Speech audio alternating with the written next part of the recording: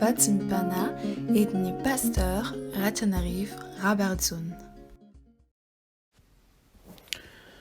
Hatramin'ny farany tokoa Andriamanitra raisana fany masina no fanikena izay asetrinay ny fitiavanao mahagaga ary ny famindram-ponao tsy dalany. Koa ny voninahitra dia ho anao ry rainy mandrakizay sy andrian'ny fiadanana tompo sy mpamonjy. Ianao ilay mipetraka ambony seza fiandrinana sy ny zanak'ondry any amanerinderana kanefa mijerany aty ambany ary miondrika dia maneho mandrakariva ny fitiavanao sy ny famindramponao ary ny faharetanao amin'ny zanak'olombelona. Deranao sy mankalazanao izay mitsakanao ary mangataka ny famindrampo avy aminao Jesosy, ny fanadiovanao miranao sarobidy mba afaka amin'ny fahotana sy ny tsy fahamarina rehetra dia treo araka ny amben'ny famindramponao amin'ny tiora sy taona ity ka mitenena ty am-ponay fa voninkieno izay mpanomponao Jesosy. Eny tokoa mpisandrata amin'ny avindrindra rainy mandrakizay ianao ilay fiandohana sady fiafarana, ianao ilay tianay ary koa maneho mandrakariva ny fitiavanao amin'ny zanak'olombelona indrindra aminay izay ananaiky anao ho tompo sy mpamonjy ny fiainanay.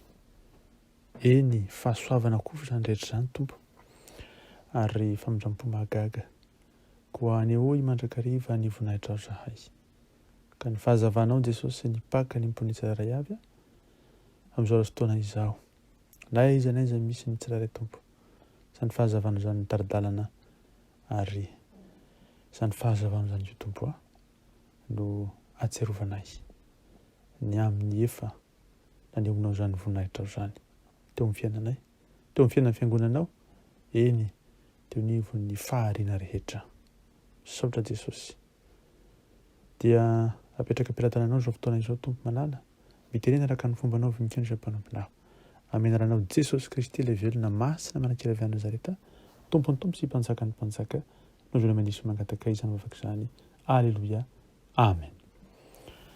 Mbola ampitombona amintsika mandrakariva ary ny fahasoavana amin'ny mampiadanana avy amin'Andriamanitra raintsika sy Jesosy tompo ary ny fampiraisana avy amin'ny fanahy masina, amen. Shabbat shalom. Ny fiadanan'ny tompo hitoetra amintsika amin'ity andro sabata izay fitsaharan'ny tompo ity. Ny lohateny izy omen'ny tompo antsika anio dia ny hoe ny fisehoan-javatra aorian'ny fampakarana. Ny fisehoan-javatra aorian'ny fampakarana. Hoy ny tenin'Andriamanitra araka izay voasoratra ry havana ao amin'ny Ziona, filazantsara araka ny Ziona toko 4:10 andininy voalohany ka hatramin'ny andininy 9. Vaky toy izao aminaran'i Jesosy. Aza malahelo no fonareo minoana Andriamanitra ary minoa koa ao an-trano raiko misy toerana maro. Raha tsy izany dia efa nilaza taminareo aho fa andeha amboatra fitoerana ho nareo aho. Ary raha andeha amboatra fitoerana ho anareo aho dia ho avy indray ka handray nareo any amiko ka izay toerako no hitoeranareo koa. Amen. Manambara amintsika izany Hafatra andry havana fa Jesosy dia lasa ny an-danitra manomana ny toerana izay rahantsika amin'ny mandrakizay. Ary rehefa tavaverina amin'ny raha ho lanitra izy ka hitoetra eo anivony izao tontolo izao sy hampakatra antsika dia ho any amin'ny mandrakizay tokoa isika. Manambara izany fa misy ilay vanim-potoana anankiray izay ampakarany Jesosy Kristy ny fiangonany, ny malalany dia isika izay mifikitra hatramin'ny farany manoloana ny fitiavany ary mitoetra amin'izany fitiavana izany. Anio ry havana dia antsoin'ny tompo isika mba hatoky azy amin'ny fo manontolo amin'ny fotoana rehetra. Hoy mantsy nambaran'i Jesosy Kristy ilay velona masina manankiravy Nazareta. Tsy ho tonga alohan'ny farany mpandringana fa misy ny vanim-potoana hahatongavany. Ny zavatra naseho anao dia tsy maintsy hitranga aorian'ny fotoana izay voatendry. Ho pirofo ho an'ny sasany zany mba tsy ho very fanantenana fa hahita mazava tsara. Manana zavatra izay voafehako ao ny Tompo mba hahafahan'izay rehetra matoky izay lazaiko ary hanana fanantenana mandrakariva. Tiako ny olona hatoky ahy ary koa hitoeran'ny famindram-poko. Izany no antony nampitako ny faminaniana rehetra ombianombiany. Varavakely nisy ampahany andre ka hifikitra, hibebaka ary hitoetra ho mahatoky. Ny fananana karazana saritany dia hanome toky ianareo. Eny, karazana saritany izay maneho ny toerana eo amin'izay aingana sy mankany amin'ny fiafarana. Hanana toky ny fomam-panahy manoloan'izany. Ahita ny ho farany ianareo fa milaza aminareo aho hoy ny Tompo, izaho no mifehy ny zavatra rehetra. Aza manahy, aza matahotra, tomoera tsara eo tongotry ny tomponao. Hoe ilay tompony tompo sy mpanjaka ny mpanjaka hoe zava-dehibe amiko ny ahitanareo tsy ho latsaka ao anatin'ny famoizam-po. Eny, ho mafy ny fakam-panahy, ho lavo amin'ny famoizam-po ny olona sasany, ka amin'ny alalan'izany indrindra no hiazonan'ilay ratsy olona maro. Tokony ho fantatrareo amin'ny olona izay tavela mbola iaina eto an-tany fa isy ny fiafaran'ny loza ary ho avy ny andro izay hafatesany. Ny zavatra rehetra dia haverina amin'ny fahadiovana feno ary ho fehezina ny ratsy. Amin'izao fotoana ho avy izao ary izany rehetra izany dia hitranga ao am-pon'ny olona avy amin'ny tenany ihany fa tsy avy amin'ilay ratsy akory. Midika izany fa ny fon'ny olona rehefa maloto ka tsy mba nikeny ho diovy ny fanan'Andriamanitra dia io fony manoto ihany no mitondra zava-dratsy ao amin'ny fiainany ka miombo mandra-pahatonga any amin'ny faratsiana faratampony. Hisy tokoa izay lazaina hoe batisa amin'ny afo hanadiovana ny tany sy ny fon'ny olona ka izay manaiky ny bebaka no ho tafavoaka sy handray ny famonjena. Mampirisika anareo aho ry havako, ry malalako, ry zanako, ry sakaizako, mandehana amin'ny fahatahoran'Andriamanitra. Hatonga ny fonao adio mandrakariva fa izay madio am-po no hitan'Andriamanitra. Eny tokoa, rehefa mandeha ny fotoana dia ho adion'ny olona ny andohany sy ny fanatrehako. Dia voatery hanadio ny faharatsy ny tany aho amin'izay fotoana izay. Tsy ho avy tokoa ny mpandringana raha tsy efa nakarina ianao ry malala, ry ao am-poko. Midika izany fa ho an'izay tavela eto ka tsy hiakatra dia hisy ny fahahoina lehibe, hisy ny fakapana lehibe, hisy ny korotana samihafa ary hisy ny lalàna ara-miaramila izay eo ambanin'ny fitarihan'ilay ratsy.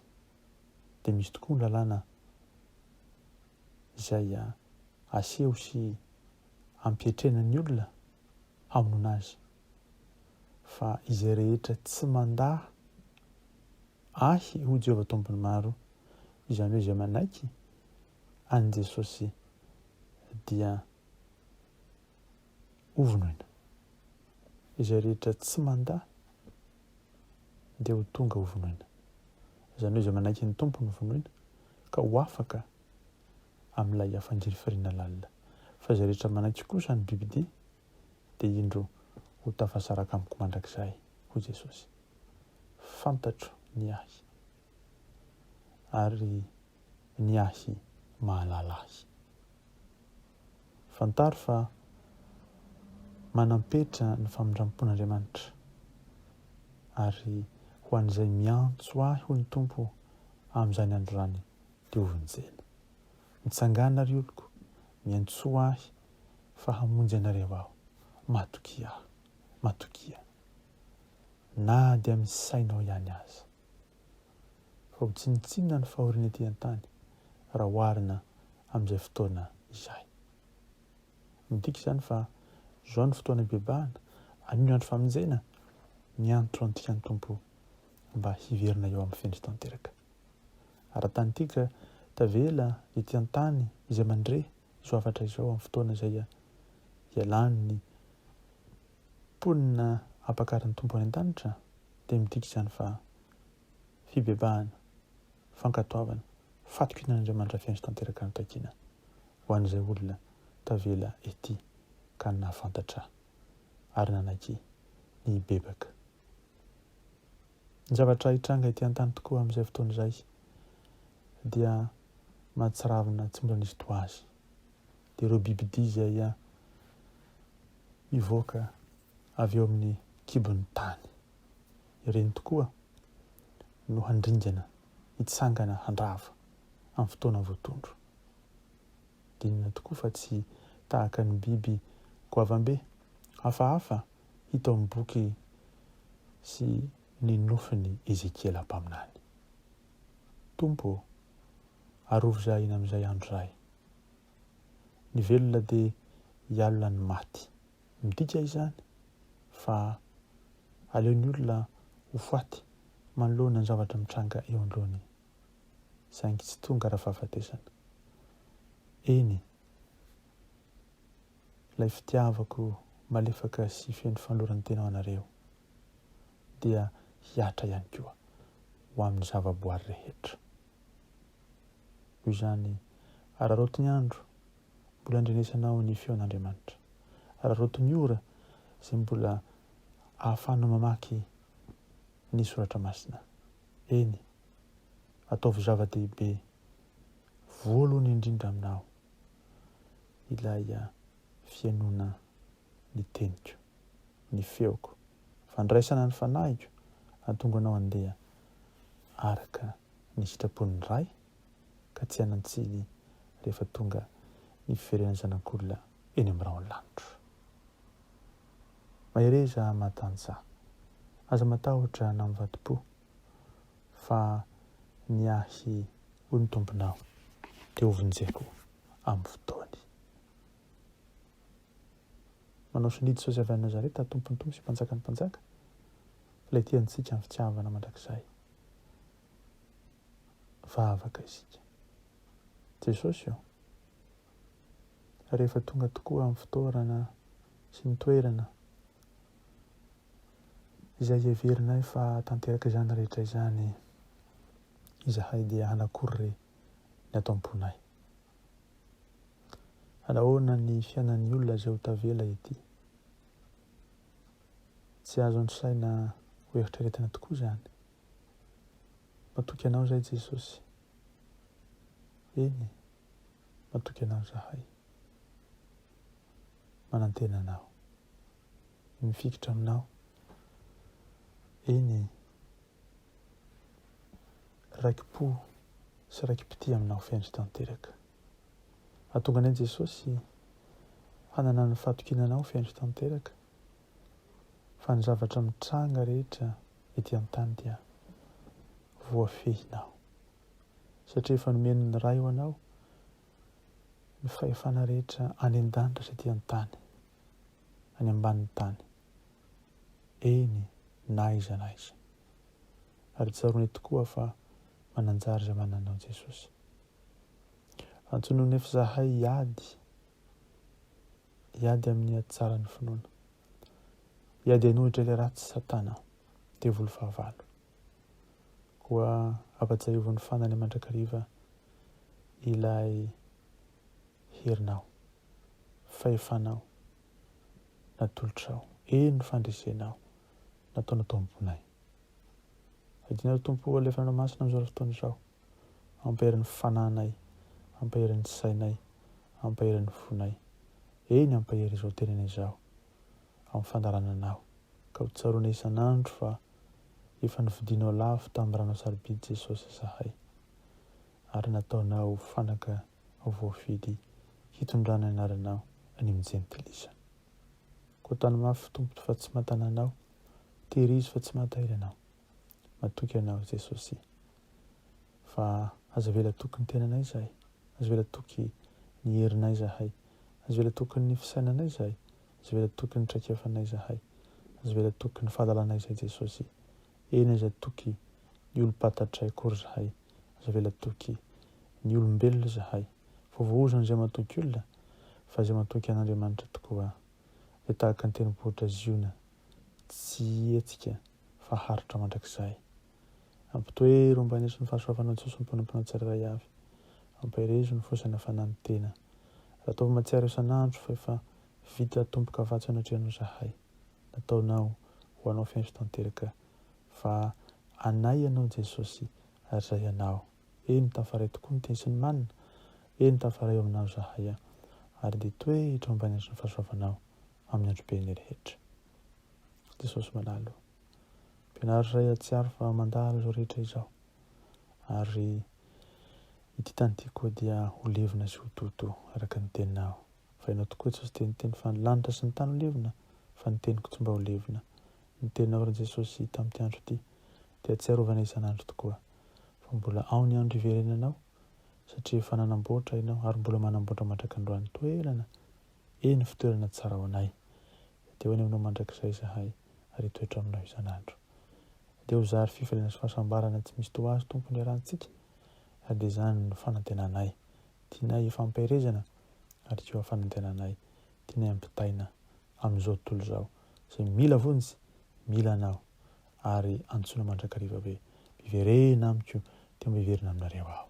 Manao ny ady izany voninahitra ary tompony tompo sy mpanjaka ny mpanjaka, fa ny kosa ny fahasoavanao Jesosy Kristy, ny fitiavanao Andriamanitra iray, ny hery sy ny fampiraisana avy aminao fanahy masina tsara indrindra.